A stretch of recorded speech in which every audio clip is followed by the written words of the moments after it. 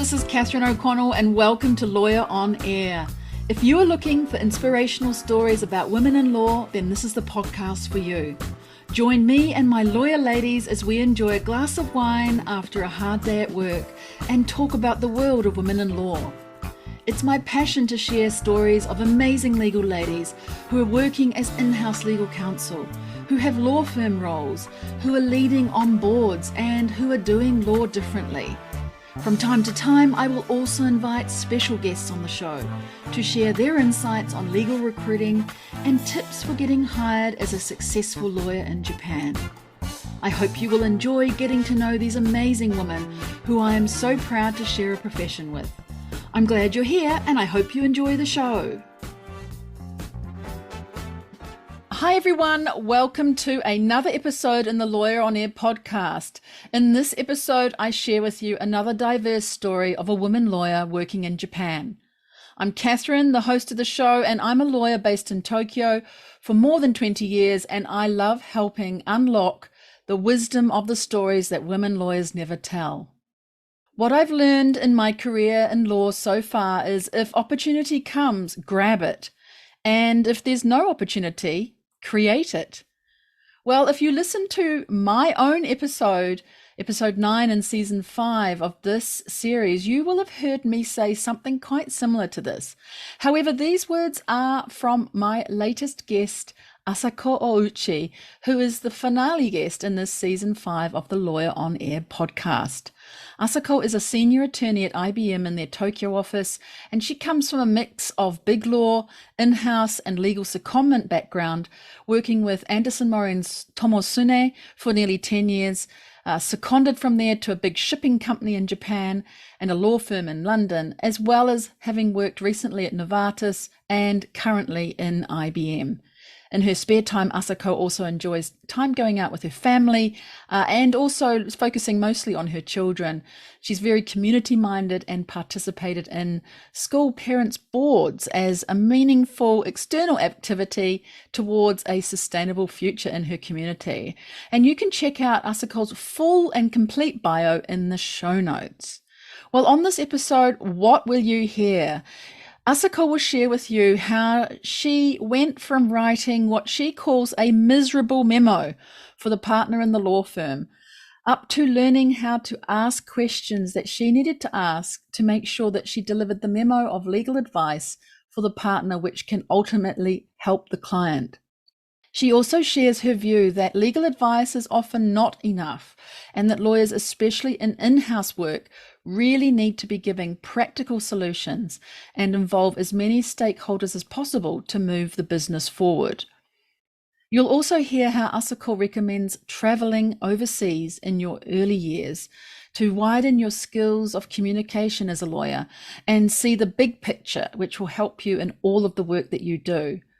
And Asako also shares what she likes best about her home country of Japan, the celebrity personality she would most like to meet, and the fantasy career that she would love to do if she was not a lawyer, as well as some other fun facts. Well, let's get into it. Hello, Asako, and welcome to the show. Hello, Catherine. Thank you for having me. I'm very excited to be here. Oh, I'm so glad to hear that. That's really exciting. Let's start with the opening question, which is, Asako, if we were meeting up in person, where would we be? Do you have a favorite wine bar or restaurant that you love to go to? And what would you be choosing from the menu? Okay, I would like to take you to Bistro Hachi in Kichijoji. Bistro Hachi is a nice, very small restaurant. Actually, Kichijoji has a lot of small restaurants, and Bistro Hachi is also small, but it's cozy and nice atmosphere, so I like to take you there. What kind of food do they have? They are French bistro restaurants, so a lot of French food. And they are serving great seasonable vegetables. So this season might be spring vegetables. Yes. So and yeah, Hachi is that Japanese or is that the name of the person who runs it? I don't know. I haven't asked it, so Oh, I will ask them. Yeah.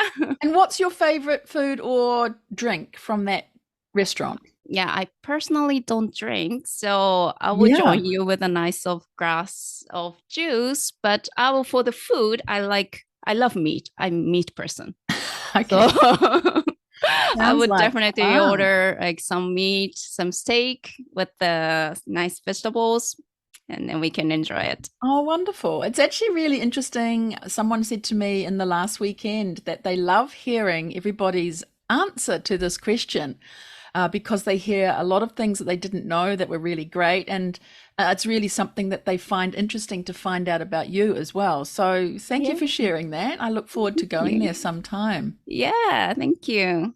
Well, also, Asako, if you think back to when you were really, really young and you were sort of growing up, were there things that you were thinking about that you wanted to do in your future? Like maybe, I don't know if you want to call it a career, but and often people talk about when I grow up, I want to be. Okay. What were you thinking of? Yeah. Oh, when I was young, I wanted to be a flight attendant. Oh, Because, yes. yeah. Classic. Yeah, Yes. classic. Yes, because my father was working in a trading company and he went back and forth Japan and outside of Japan and he likes travel. So he took the family to the traveling a lot of time and really I had a good time on the plane with the flight attendant. So I have like admired to the flight attendant I wanted to be. But at some point, I found out I'm too short to become flight attendant. I don't know. These days, I think that Oh, restriction would not there. I yes. don't know, but at that time, flight attendant height would be like over 160 or something like that, and I realized I'm too Oh, short. So right. It's yeah. funny because I used to have that thought as well when I used to travel a little bit when I was younger because my mum was from Australia and she used to take us to see my Yeah. nana or her mum and we used to think the same thing or I used to think flight attendant how cool and they used to give us gifts coloring books and Yes. model Yes. airplanes and things like that. It was so much fun, but I think Yeah. that job is one of the toughest jobs in the world. Yes. Yes. I agree with that. Yes. All Yeah. right, so you moved from that then, and it's lovely that to hear that you had this traveling in your growing up, right? Hmm. When you were growing up. And so what happened then? Where did you spend your early years when you were growing up? You sounds like you were also within Japan, but also in other countries too. Yes, when I was very, very young, from 1 year to 4 year or five, I guess. Hmm. But yeah, I was growing up in Norway and Germany, and there I went to British school. Oh, I see Norway. That's Yeah, rather interesting. Goodness. And yeah, that's through your father's work. You were working there, yeah? Or sorry, you were living there, right? yeah. I was living there, and my father was working there. So yes. Right. And what happened? What did sort of influence did those countries have on you growing up? It must have been quite interesting being a Japanese person in those very different European countries from Japan. Yes, at that time, I couldn't really speak English, but I went to the British school and there were some Japanese friends, but most of them were not Japanese. And I was living in very not like city area. So the neighborhoods are all Norwegian. Mm. And but at the same time, I got a lot of friends from the local. I don't remember a lot, but I remember that I went to the friend's house and knocked the door and asked to the parents, "Is somebody there?" And then somebody like older friends come here and then play with me, and that was a very Mm. nice experience to have. And I think that's influenced me a lot from the personality. Oh, okay. And Yeah. how, in what way? Because I think, goodness, I mean, that's quite curious to go and knock on the door and have that Yeah. somehow, some sort of confidence to do that and, get the kids to come to you. What sort of impact was it on your personality, do you think? Like outgoing personality and don't Mm.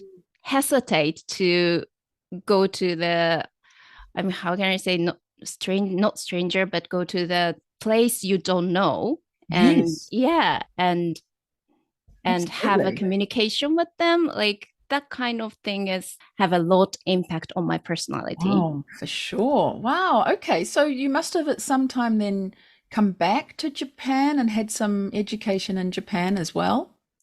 Yes, yes. After that, I have been living in Japan. So yeah.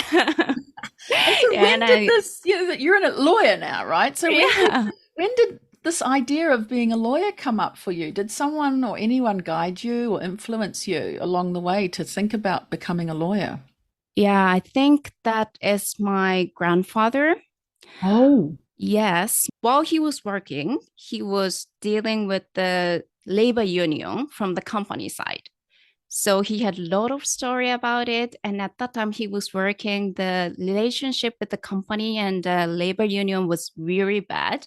So it kind of like a physical fight could happen, that kind of situation okay, that's while pretty he was tough. working. Yes, and that was Yeah. pretty tough. So he needed to negotiate with the labor union, and to do so, he had a communication with the, of course, external lawyers. So, and he liked talking about that story after I grow up. So, and yeah, and that was the one thing.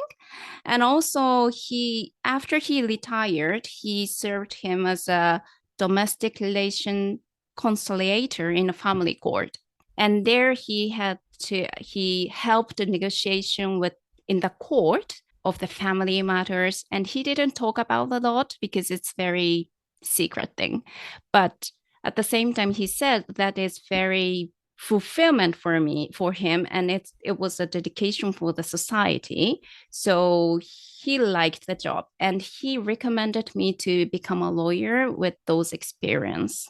Wow, that's amazing. So, as a domestic relations conciliator in the family court, he was helping the couples or the parents who are having a dispute or Yeah. disagreement to try and come together or try and resolve it. Is that right? Yes. Oh, I see. And he influenced you then because he suggested you become a lawyer, but have that kind of the same sort of fulfillment and dedication to society. He wanted you to have that. Yes, yes, yes, that's correct. Yeah. Wow. So, what did you want to become then? Did you want to become a lawyer as such or anything else? I heard about the story because every time we saw each other with my grandfather, he told that story. And after that, he said, "Oh, lawyer is a nice job." I got a lot of influence on that. And then at some point, okay, my job would be lawyer. That's my determination, like that. Okay. And it sounds interesting that he kept telling you that story. He really wanted you to become a lawyer. Why do you think he wanted you? Do you think he saw something in you to become a lawyer? I don't know, but I think it was also his dream to become a lawyer because of the war things and family things. He couldn't reach to his dream at that time. So I think he wanted me to become a lawyer because that's also his dream. And also I think he knows that I'm good at talking to people, and I at that time good at like Japanese for the study, and he knows that. So, and he knows that I'm good at writing, so I think he thought that I would have a ability to become a lawyer. He saw in me. Interesting. So he's almost reaching his dream through you. Yes, yes, that's Wow. correct. And Yeah. so did you studied law then, correct? Yes, so I studied law in the university. Yes, and went to law school. Okay. And what happened next after you finished law school? Yeah, so after I finished law school, I needed to choose becoming attorneys or judges or Yes, because when. that's the system in Japan, isn't Yeah, it? That it's a system in you can Japan. choose to be a prosecutor or a judge or attorney, whereas Yes, overseas, a lot of people are lawyers first and then become a prosecutor as a speciality or a judge as a yes, speciality. So in Japan, there's that system of choosing. yes, yes. Mm. Before I went to the law school, I wanted to be a judge Okay, right. because my grandfather, again, he had a lot of connection. I mean, had a lot of good relationship with the judges. And my grandfather was doing the kendo for the external activity, and there he met a lot of judges. So he wanted to me become a judge, and he influenced me like in that way. How interesting. A lot of judges do kendo. I didn't know that. That's Yeah. must be a kind of club. So, okay, so you're Yeah. thinking you're going to become a judge, but when you come out of law school, somehow you shift your mind. Yes, somehow I shift mine because that. So at the same time, I had my curiosity to work international world because of my father. Yes. So, and then after I went to the law school, I found out there was a corporate law firm because before that I didn't even know about the corporate law firm. I imagined that the lawyers would do like a very domestic things. And I didn't Oh, even yes. imagine like that there was a corporate law firm and then like, there was an international world like that. And then, but after I got into law school, there was a lecturers from the big corporate law firms, and their lecture was very enjoyable, interesting, and what they were talking was very big scale, and the issues were big and very international matters. So I thought, oh, that would be very interesting to be, and yeah, and then my mind was shifting to that area. I see. What was especially interesting about what they were telling you? What they were telling me was taking a lawsuit. It was very Mm. international with the Japanese client and the foreign client, and they're dealing with the Japanese client, but there is the story with the of the counterparties, and that kind of things was very interesting for me as a student. So yeah. I see. Yeah, because you think you're just doing, as you said, domestic, that it was between Yes. Japanese companies, and then you suddenly hear these case studies of, oh, so Japanese companies contract with outside of Japan Yes. companies, and things Yes. can go not so well. And so there's a job that where lawyers can help people to resolve those disputes. How interesting, that kind of thing's happening. Yes, exactly. Wow. Okay. And of course, you've just brought out that point is that back many, many years, not that many years ago, Mhm. but we didn't really know what kinds of law jobs existed Yeah, because there is no drama at that time of that on kind of, TV. yeah, on TV. Exactly. Yes. And we didn't really get exposed to it and really didn't know very much Yeah. about what kinds of options were available. Yes, yes, that's right. Yes. So, did you talk to those lecturers or those professors about working in those kinds of law firms, corporate law firms, or how did you get then attracted into a large law firm? Because I think you joined a large law firm after you Yeah. graduated. So, what happened there? So yeah, I talked to the professors and I also talked to the not friends, but the student, uh, but the person who graduated my law school and entered to the law firm, because then I could know about the how they work and whether I would fit into the kind of corporate law firm. And I found out that if I go to the large corporate law firm, then I could experience a lot of various areas. And I, at that time, I didn't know which specialty I should have. Hmm. So I would like to experience a lot. So that is why I chose a big corporate law firm. I see. And did you get a lot of experience when you first joined there? Yes, too much. What happened? Tell me. Too much. Goodness. I mean, at that time, the corporate law firm that I joined was there was no like sectors or teams, specific teams. So it was intentionally because so that the junior associate can experience various field of the law. So everything was challenged, and in the law school, it's very limited. The laws you're learning is very limited. But if you go to the practice world, then the things were very different. You need to deal with a lot of laws. And also, it's international law firm. So there are a lot of English works. But at that time, I was not very familiar with the English works. So that was also challenge. So a lot of challenge going on. Yes. And did you have that international exposure that you were thinking about when you were, in the classes with your corporate lawyer lecturers and professors? Did you have that chance? Yes, I did have chance. Oh, okay.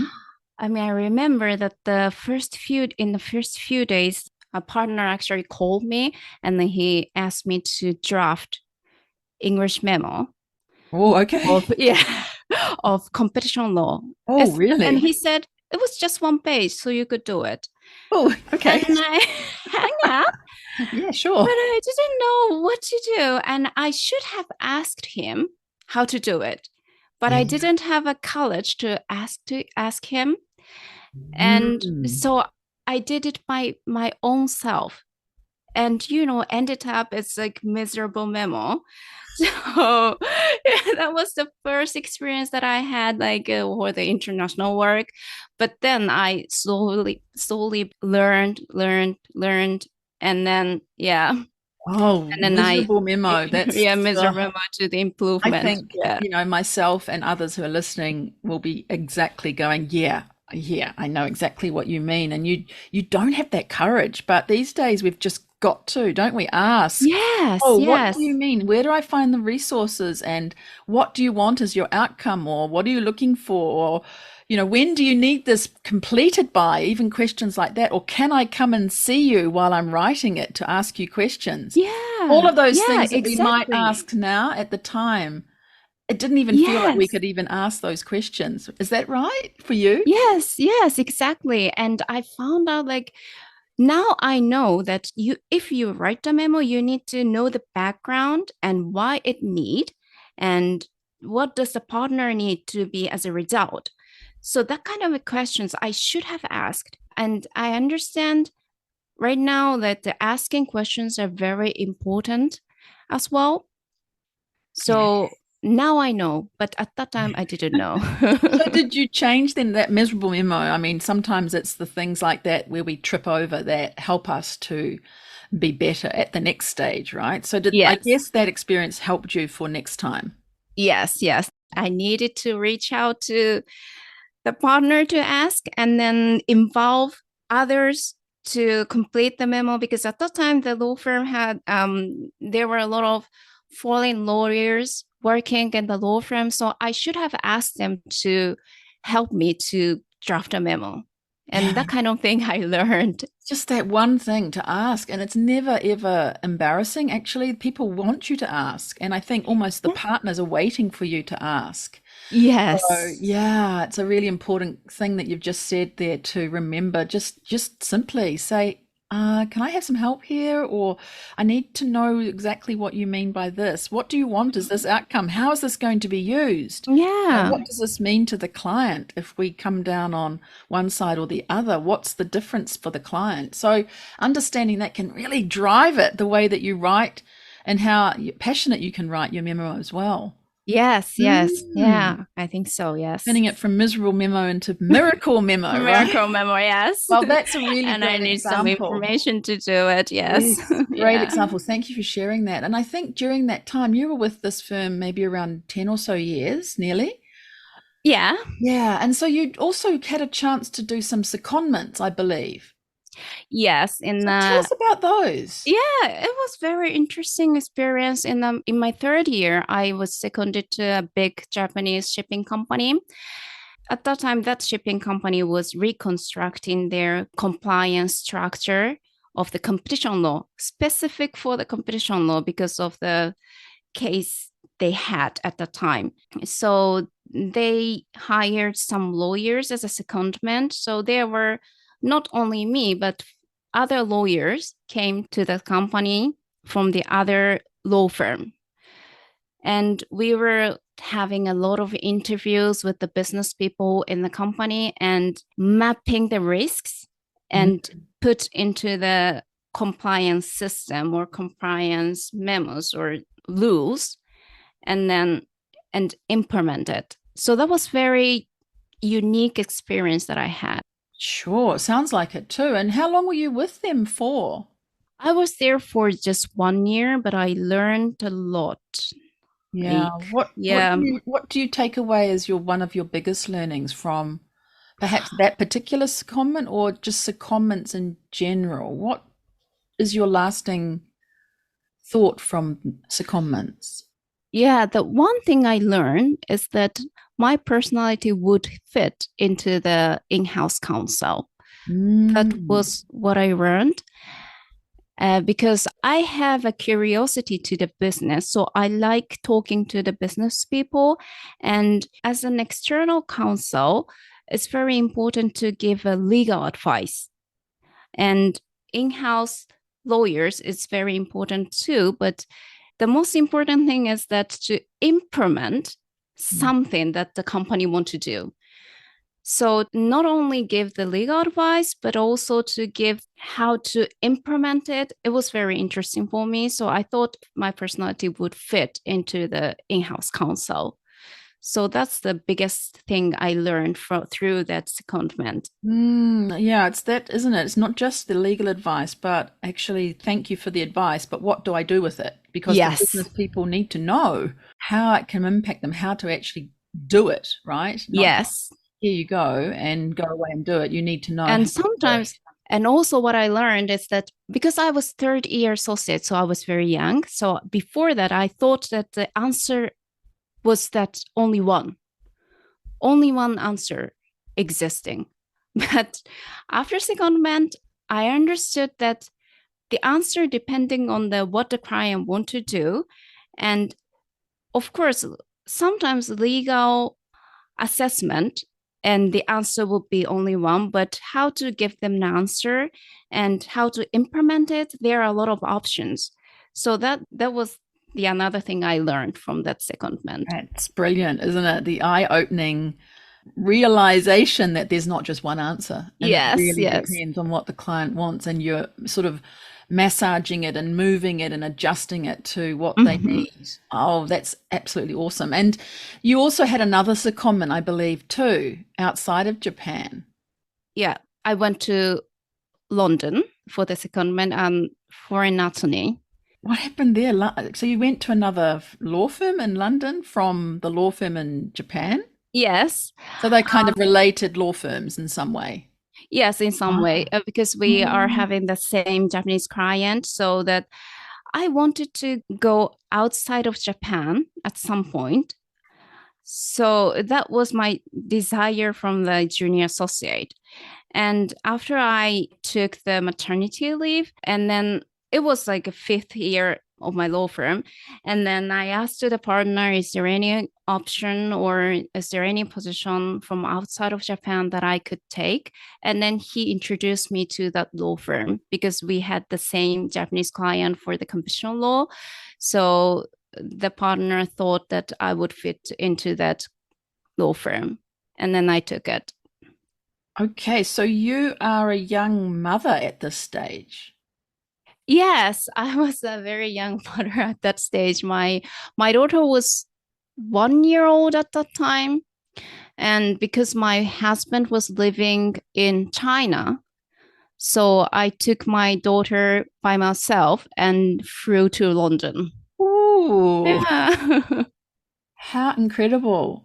How Thank did you you. know that that was something you wanted to do with your taking your child? Did you think much about it or just, I'm going to go and work it out? But that's just so, Yeah. wow, I that's didn't. really courageous. And I'm sure you had lots of challenges while you were in London too. Yes, I did, but I didn't think a lot because if I think a lot, I thought, oh, I couldn't do it. So I didn't think a lot. Not And overthinking. Yeah, just, yeah, I'll not do it. overthinking. Yeah. Yeah, just do it. Mm. So yes, and also fortunately, my sister was living in London, so she helped me a lot, and that was the one reason that I thought, oh, I could go. Got it. Right. That's a bit of support. And so, how was that 1 year? What kinds of things were you doing? And what's your memory of that time in London? Yeah, at that time, the UK decided Brexit. It's Brexit time, right? Yeah, it was practice time. So there were a lot of seminars for the clients, and also, there were a lot of Japanese companies in London. So the law firm held Brexit seminars for the Mm. Japanese companies. So I did some translate, and also I had a chance to have a chat with the client after the seminar and then introduce them to the law firm. And yeah, that was very interesting experience because I didn't have such experience while I was in Japan. Yeah, right. And I know you mentioned before that you really loved the idea of the in-house legal counsel. You were getting this idea about them. And I think after another period of time, you actually did decide to leave private practice and go in-house. Tell us about that section of your career when you decided to do that. What was happening to help you to think, I'm going in-house? So after London, actually, I moved to Shanghai. Oh, okay, good. Yeah, Right. So yeah. you were with your husband, I hope. Yes, yes, Good. that's correct. Good. Yeah, because I realized that my daughter, she didn't have a chance to live with her father. Sure. Yeah, so Yeah. I thought, yeah, it's for the family bonding. Yes. I should go to China. Right. And there I worked in Shanghai office for Mm. 1 year. Yeah. I think you're showing us how absolutely useful it is and exciting to be able to be in a large law firm where you can have a China Yes. office or a London office or another, American office so that you can actually move around. So you've brought out a really great point there that you could move to another office Yes. and have another experience and also be with your family and bring it together. So I think that's a great Yes. point. So what happened? So you were in the China office then? Yes, I was in the China office then. Before I joined, the China office was only the Chinese speaking attorney were there because they're doing the Chinese job. So I was not very sure, but I could work there because I couldn't speak Chinese. I didn't have a lot of benefit to go to the Chinese school beforehand because Mm. I didn't have a big thought to become a Chinese lawyer. I mean, lawyers who deal with the Chinese matters, that's a different field that I've thought.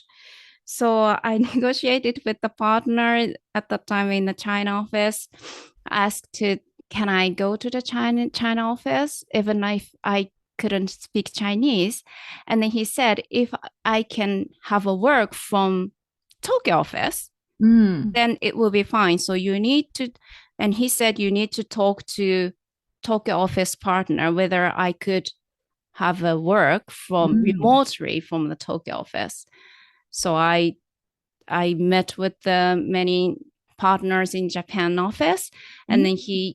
then they guaranteed me that they could send me some work to China office, and I could do that work remotely. Absolutely. Wow, great. Yeah. Good on you actually putting your hand up and negotiating and getting what you needed. Yes. So thankfully, thanks to the people, I could work in Chinese office. Really? Yes. Yeah, for 1 year. Hmm.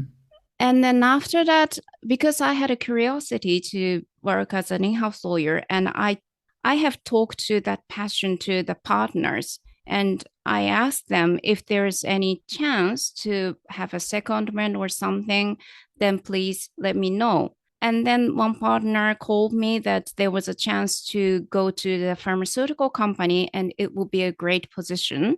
So how about starting with the secondment? So I went to the Novartis, which is a pharmaceutical company. So I went back to Japan. Wow, that's so good, isn't it? That the partner was looking out for you. And I'm really just hearing here how important it has been for you to actually put your hand up and say what you Yes. want. Yes, yes. Right. To say, I want to go to China. Have you got some way that I can be working there remotely and flexibly doing Tokyo based work, but in China? Mhm. Right. And also, I want to Yes. go to London and I want to work in house, right? Or is there a Yes. secondment? I think you've just shown us how asking for what you want Yes, really asking. is Yeah, very important. important. Yes. Yeah. Yeah, I think so. So you went to Novartis then as on a secondment. How was that? Yes. Because those first sort of you're thinking probably more as an in-house lawyer when you're on secondment. How about those first few months as you were, there in Japan on a secondment in the company? How did that go? Novartis has a lot of innovative medicine, so there are a lot of launches of the innovative medicine. And at that time, I was seconded. The big new launch happened, so there was a lot of works because it's innovative means it's new. So there are a lot of challenge for the regulatory contract and discussing with them with the global side. It was very interesting experience that I had for the first few months that kind of thing happened in a pharmaceutical company because I haven't worked with the pharmaceutical company. So it was very enjoyable and stimulating work. I imagine too that there would have been some challenges as well. Yes, the challenges was that it was difficult to understand the whole structure of the company and what was the decision point, who I could reach out when I need to, not me, but when someone needs to make a decision on the business side or something. And then there's also legal point, and I didn't know.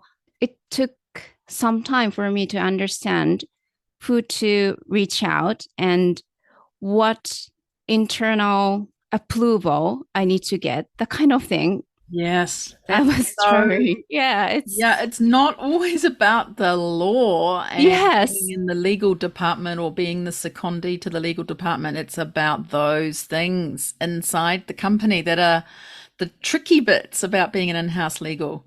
yes. It's not. Understanding the whole of the structure, who to ask about what, and who makes the decisions. Yes, that's right. And How do you it's find that out? Is it by trial and error? Is it by actually finding the person who knows all that? How do you find that information out when you're going in-house? yeah, the first ask to the people who know it. So asking a lot of questions and then search internally. And then also, if you experience a lot of matters, then you could gradually understand what the system is. So I gradually learn.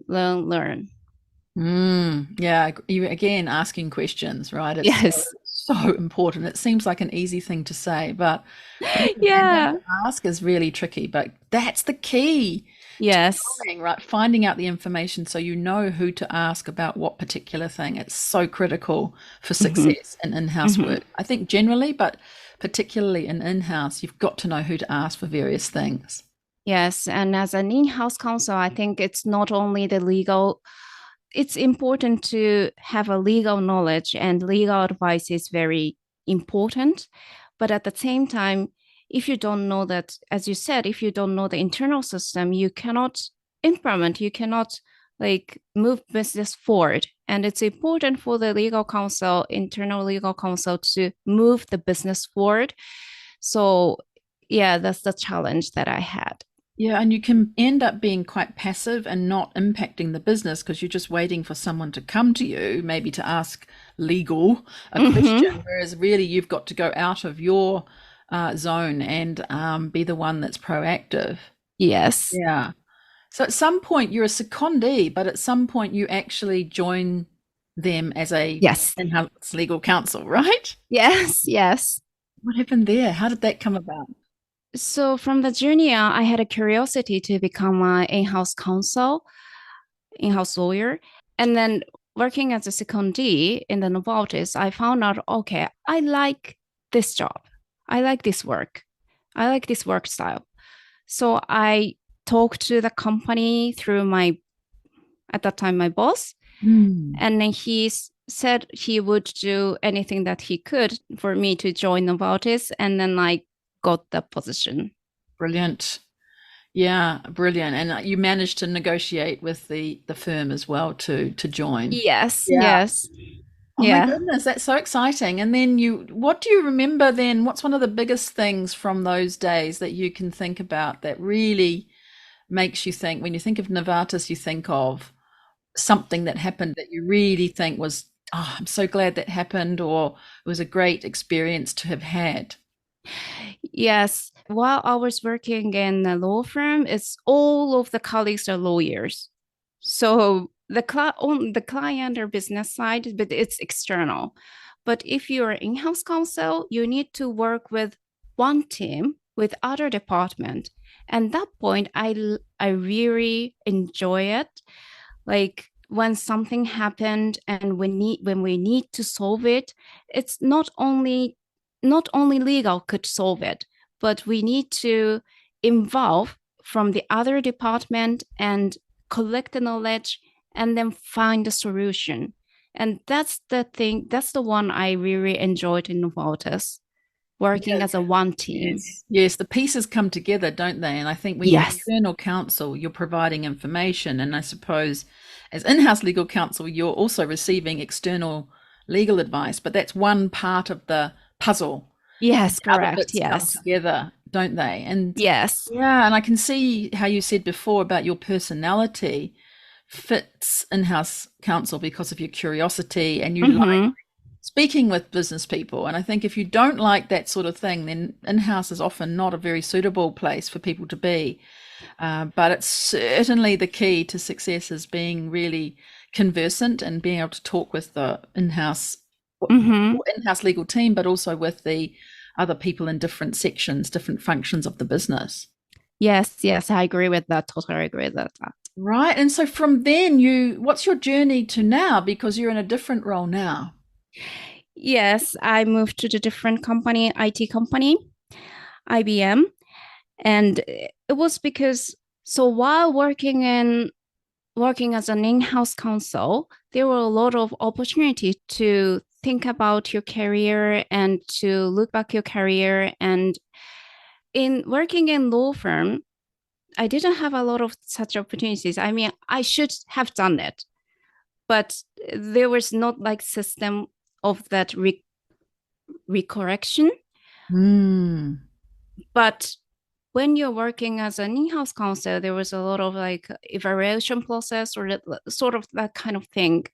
And then HR recommended you to think about your career. And there was a lot of that kind of seminars inside the company. And through those evaluation process, I thought that for my career, I would like to experience another industry. And then also I was recommended by a few lawyers to recommend to have experience of another industry so that I could expand my knowledge. So that is why I started to think about to move to the other industry. And also the IT, I think, is the heart of the society. Every company and every individual need IT in this era. So that was, I kind of have a curiosity to the IT industry and how to help the people from the IT industry. So that is why I decided to move to the other industry. Right. It's a big change, isn't it, to move from your comfort zone, I suppose, in a way, Yes. in pharmaceutical, because you challenged that. You said at the beginning it was new to you anyway. And so another new challenge has come up for you. How's that been? What have you found fun and satisfying in the first few months of being with IBM? So first few months, as the same, I was involved. As first few months, it was difficult to find out the whole system of the company. So I was kind of running it. And then also I like the people's like curiosity and the learning. I mean, for the IBM people, they have the very enthusiasm for the learning. And so I like kind of culture. So I'm very enjoying it. And also I'm very excited to know about the IT industry and the company. Yeah. Yeah, it's a great place to be, that's for sure. Yes. So you've done a few things now. So I wanted to ask you, what would be the most important thing that you've learned from your career in law so far? So, yes, the most important I have learned from my career so far is when opportunities come, grab it.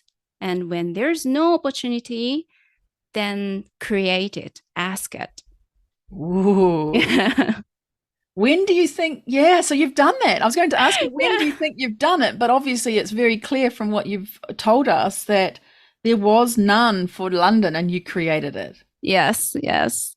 So, right? but And there was none for China and you created it. yes.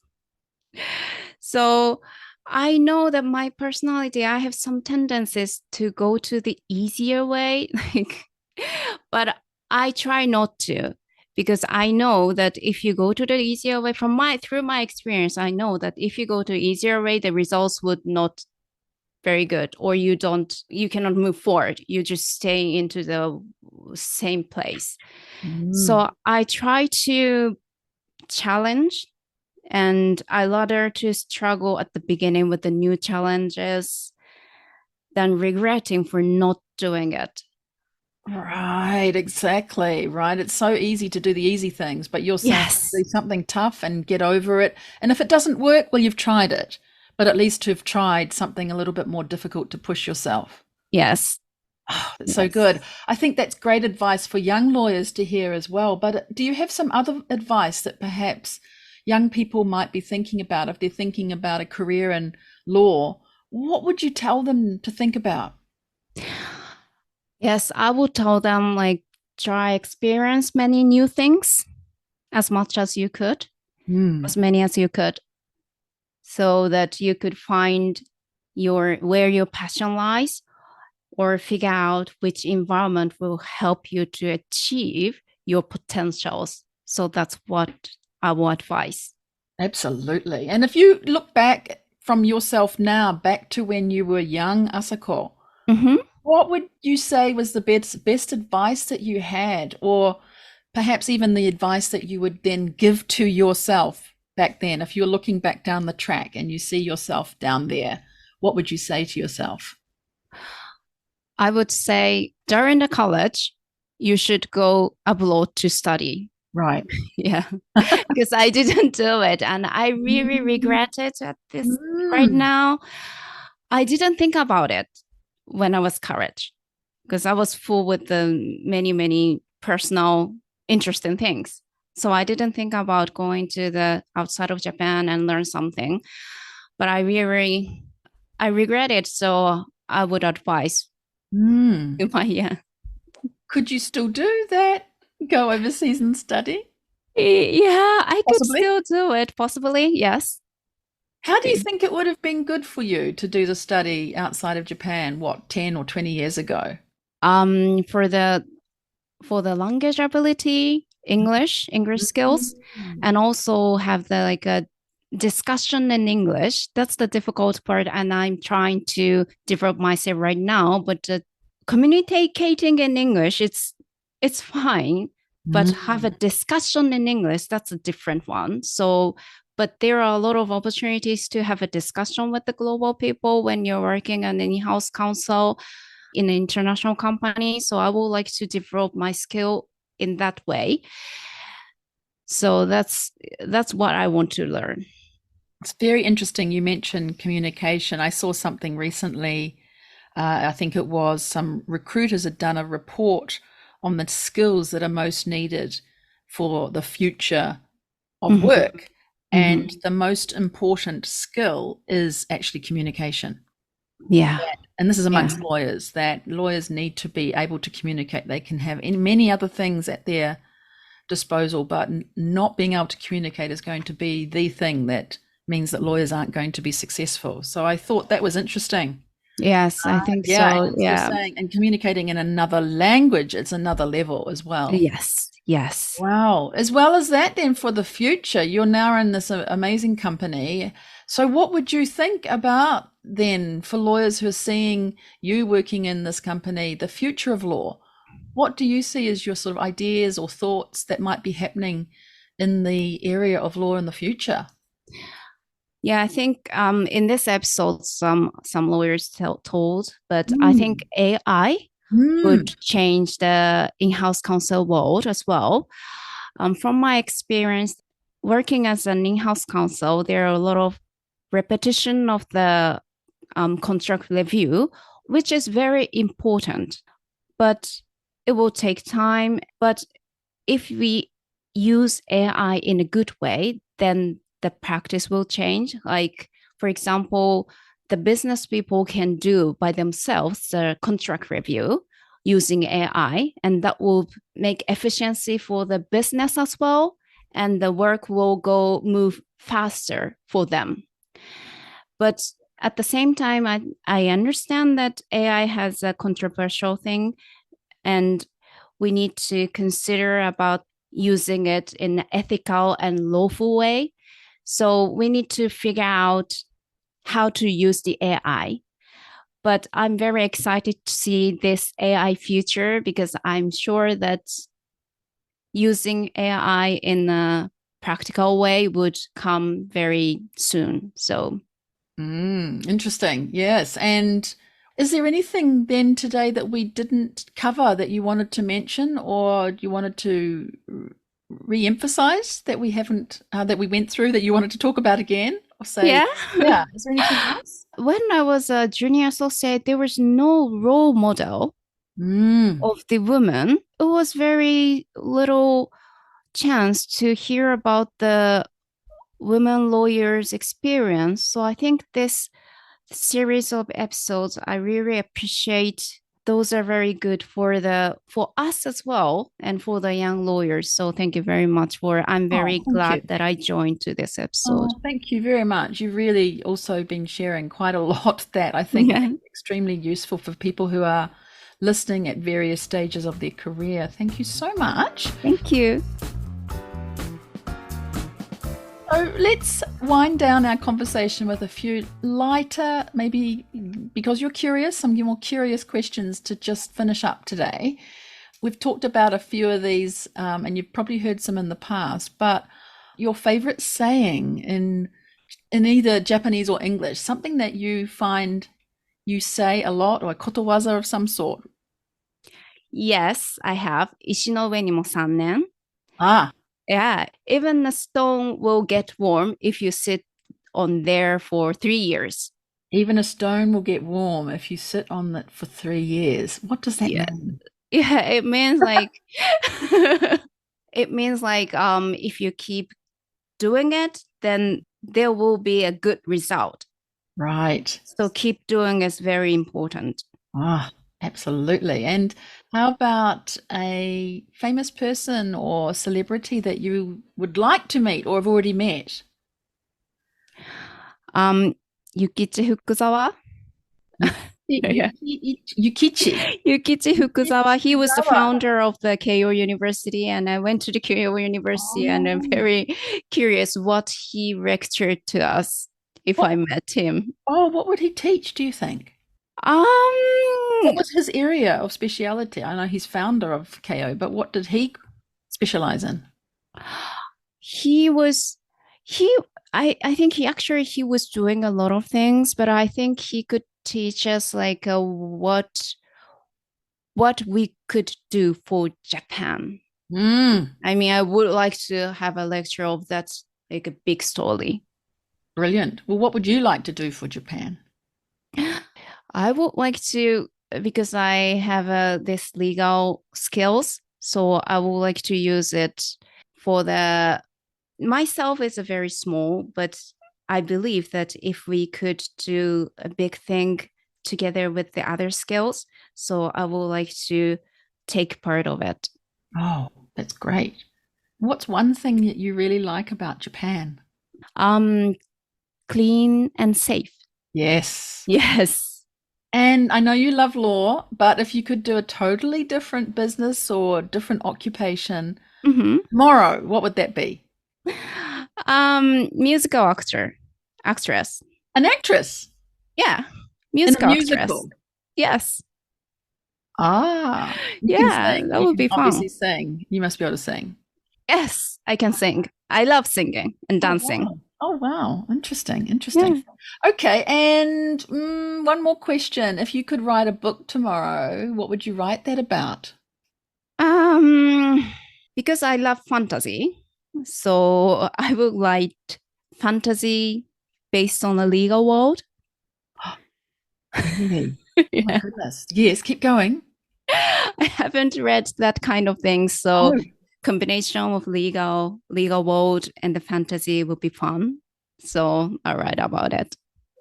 oh, and who would that be for? Would that be for like I could read it, lawyers, or for For children. ah, Yeah, because my daughters ask me, what is your work? What are you doing? And it's difficult to like explain it to the small kids. So, but if I could put into the fantasy, then it will be easier for them to understand. Amazing. So a Disney fantasy book that children can easily understand the lore. Yes. Love it. That is amazing. I think you could actually do that. I look forward to seeing that on the bookshelves sometime soon. Okay, thank you. Thank you so much, Asako, for today, for coming on Lawyer on Air podcast and being so confident. It's been just such a pleasure to speak with you and connect in this way. If there are people who would love to have another conversation with you, how can they reach out to you? Would they do that on LinkedIn, or what's the best way? Yeah, LinkedIn is the best way. Brilliant. Well, we'll Yeah. put all of that in the show notes as well as the books that you've mentioned and the names of people that you've mentioned there too. Thank you so much. And I hope that anybody who's listening, if you did enjoy this, please leave us a review, give us a 5-star, because those do matter to make sure that lots of people get to see and hear the wonderful story that you heard today from Asako. And you can even go over to my website and leave voicemail to say how you enjoyed the episode. But for now, thank you, everyone. That's all. We'll see you on the next episode. Cheers, kampai, and bye for now. Thank you so much for listening today to this episode of Lawyer on Air. I really hope that you were inspired by the story you heard and that you discovered something new about women in the law.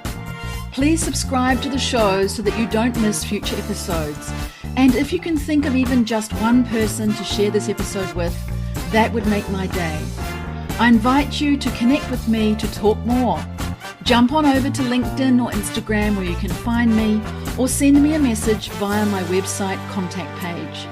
That's all from me today. I look forward to seeing you right here on the next episode of Lawyer on Air. Cheers, kampai, and bye for now.